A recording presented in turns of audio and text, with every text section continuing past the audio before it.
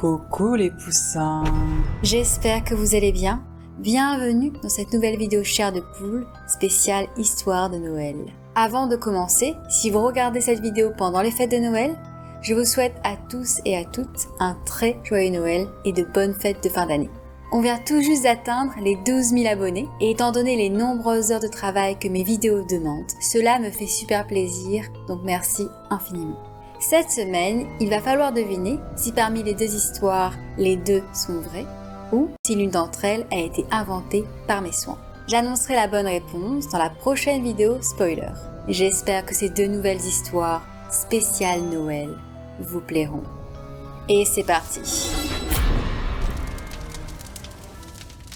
Première histoire, la veuve noire. C'est l'histoire de Jacob qui nous fait part ici d'un événement qui a eu lieu en 2016 pendant la période de Noël.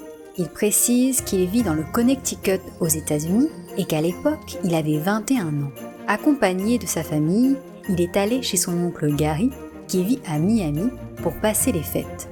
Il y avait d'autres oncles et tantes ainsi que des cousins qui étaient présents.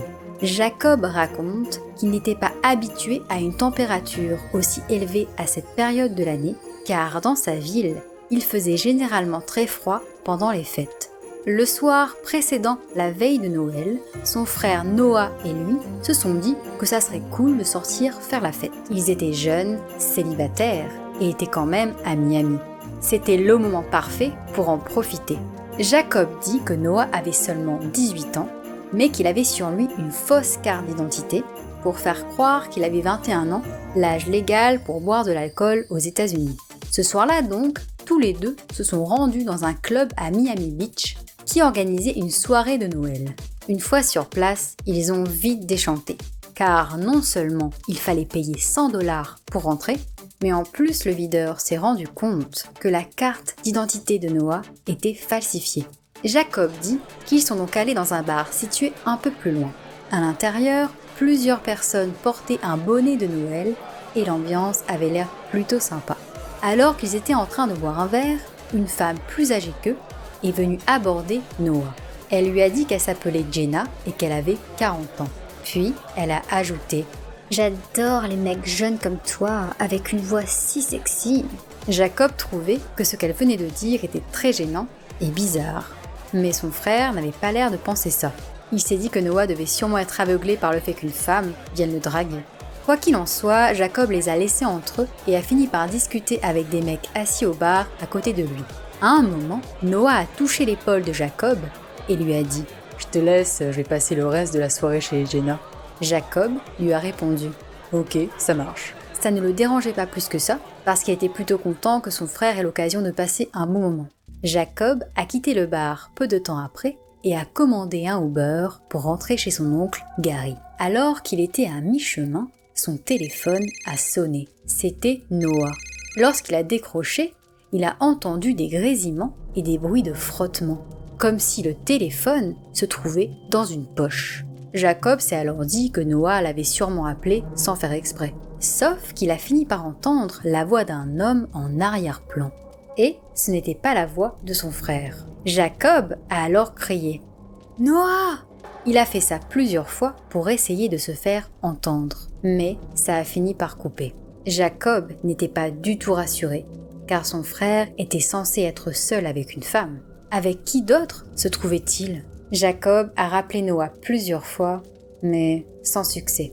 Au bout de la 10e fois, il a entendu une voix au bout du fil, mais ce n'était pas celle de Noah. C'était la voix d'un homme assez âgé et elle était très grave. Jacob a alors lancé « Qui est à l'appareil ?» L'homme a répondu « J'ai trouvé ce téléphone par terre, sur le trottoir. » Jacob lui a alors demandé s'il pouvait le retrouver quelque part pour lui rendre le téléphone, car il appartenait à son frère, mais l'homme n'a rien répondu.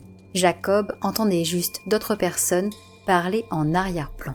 Soudain, il a entendu quelqu'un crier. C'était la voix de Noah. Il hurlait « Jacob! Jacob, aide-moi !» Puis, ça a raccroché. Paniqué, Jacob a dit au chauffeur Uber de s'arrêter. Il a ensuite essayé d'appeler plusieurs personnes de sa famille, mais comme il était plus de 2 heures du matin, personne n'a répondu. Il a expliqué la situation au chauffeur qu'il a conseillé d'appeler immédiatement la police. Jacob s'est de suite exécuté et on lui a dit qu'une patrouille de police allait bientôt être là à l'adresse de son oncle. En arrivant, Jacob a réveillé toute sa famille et leur a dit que Noah était en danger. Une fois les forces de l'ordre arrivées, Jacob leur a tout raconté et leur a fait une description détaillée de la femme avec qui Noah était. Il leur a aussi précisé à quelle heure ils avaient quitté le bar. Jacob, accompagné de son père et des agents de police, sont ensuite allés au bar en question. Une fois là-bas, Jacob a reçu un appel d'un numéro inconnu. Lorsqu'il a décroché, il a entendu la voix de Noah. Il était essoufflé. Il a dit « Putain, je me suis fait enlever. Je viens juste de m'échapper. » Noah avait emprunté le téléphone de quelqu'un dans la rue pour pouvoir contacter son frère. Après avoir indiqué où il était, Jacob, son père et la police sont allés le rejoindre. Noah se trouvait au nord de Miami, dans un quartier très mal fréquenté. Lorsqu'ils sont arrivés, ils ont vu que Noah était salement amoché. Il avait 2 yeux au beurre noir et le nez en sang. Tout ce qu'il avait sur lui avait été volé. Noah leur a ensuite tout raconté. Après être sorti du bar avec Jenna, elle lui a dit qu'elle avait déjà commandé un Uber pour qu'ils aillent chez elle. Une fois dans la voiture, Noah s'est rendu compte que ce n'était pas un Uber, c'était un piège. 2 hommes à l'intérieur l'ont immédiatement plaqué contre la banquette arrière et l'ont menacé de lui tirer dessus s'il faisait le moindre bruit. Ils ont ensuite roulé pendant un bon moment. Lors du trajet, un des hommes a appelé Jacob et a dit à Noah de rester silencieux. Sauf que Noah a hurlé et les hommes l'ont alors tabassé. Ils ont ensuite cassé son téléphone et ont pris tout ce qu'il avait sur lui. À un moment donné, la voiture s'est arrêtée. Noah, qui n'était plus maintenu par les 2 hommes, a alors ouvert la portière et s'est enfui. Les hommes, en voyant ça, ne lui ont pas couru après. La voiture a démarré et est partie en trombe. Noah a ensuite dit qu'il était persuadé que ces hommes l'auraient tué et auraient jeté son corps quelque part s'il n'avait pas réussi à s'échapper. La police n'a malheureusement jamais réussi à identifier la femme qui se faisait appeler Jenna, même après avoir visionné les vidéos des caméras de surveillance du bar où elle apparaissait. Noah a précisé que les hommes ne portaient pas de masque. Voilà pourquoi il était convaincu qu'ils auraient fini par l'assassiner. Ce terrible événement a bien sûr gâché leur fête de Noël. Mais toute la famille était contente que Noah s'en soit sorti indemne. Jacob finit par dire que Noah a fait des cauchemars pendant plusieurs mois où il voyait Jenna s'infiltrer dans sa maison pour tenter de le tuer. Heureusement pour lui, il n'a jamais recroisé sa route. Deuxième histoire, l'esprit de Noël. C'est un certain Nathan qui nous partage ici un souvenir qui remonte à Noël 2019. Il vit dans le Colorado aux États-Unis et avait 30 ans à ce moment-là. Avec son frère Evan, ils venaient tout juste d'acheter une petite maison ensemble située à côté d'une forêt. Ils ont donc décidé d'inviter toute leur famille célébrer Noël chez eux. C'était l'occasion de leur faire découvrir leur nouvelle demeure et de réunir tout le monde. Nathan dit que sa sœur, son compagnon et leurs enfants sont venus avant les autres pour les aider à préparer le repas. Comme ils vivaient à plus de 2 heures de la maison de Nathan et d'Evan, ils allaient ensuite passer la nuit ici. Nathan raconte que pendant le dîner, plusieurs personnes se sont mises à parler des meurtres qui avaient eu lieu dans leur région récemment. Des corps avaient été retrouvés dans les bois. Ils n'ont pas parlé de ça pendant très longtemps, car leur mère et leur sœur leur ont fait comprendre que ce n'était pas le meilleur moment pour parler de ça, surtout devant les enfants. Après le repas, ils sont tous allés dans le salon pour boire du vin et ont mis en fond un film de Noël. Au bout de plusieurs heures, il ne restait plus que leur sœur, son mari et ses 2 enfants. Les enfants sont allés se coucher avant eux et tous les 4 sont restés en bas à boire du vin. Nathan dit que sa petite amie Kimberly est venue les rejoindre vers 22h pour passer le reste de la soirée avec lui. Ils sont tous allés se coucher vers 1h du matin. Pendant la nuit, Kimberly a réveillé Nathan. Puis, elle lui a chuchoté « Écoute, t'entends ça ?» Nathan a alors tendu l'oreille et a entendu le chien de sa sœur, Muffin, en train de grogner dans le couloir. Il s'est donc levé pour aller voir ce qui se passait et il a vu que la porte de derrière était grande ouverte. Muffin avait les yeux fixés dehors. Nathan est alors sorti pour vérifier si quelqu'un se trouvait dans le jardin, mais il n'a vu personne. Soudain, il a entendu la voix de son frère Evan qui hurlait son prénom.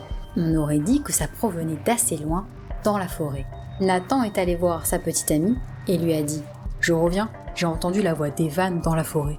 Je sais pas ce qu'il fout là, mais il a peut-être besoin d'aide. » Puis il a enfilé son manteau et ses chaussures et a pris avec lui une lampe torche. En sortant, Nathan dit qu'il a vu des traces de pas dans la neige qui menaient à la forêt.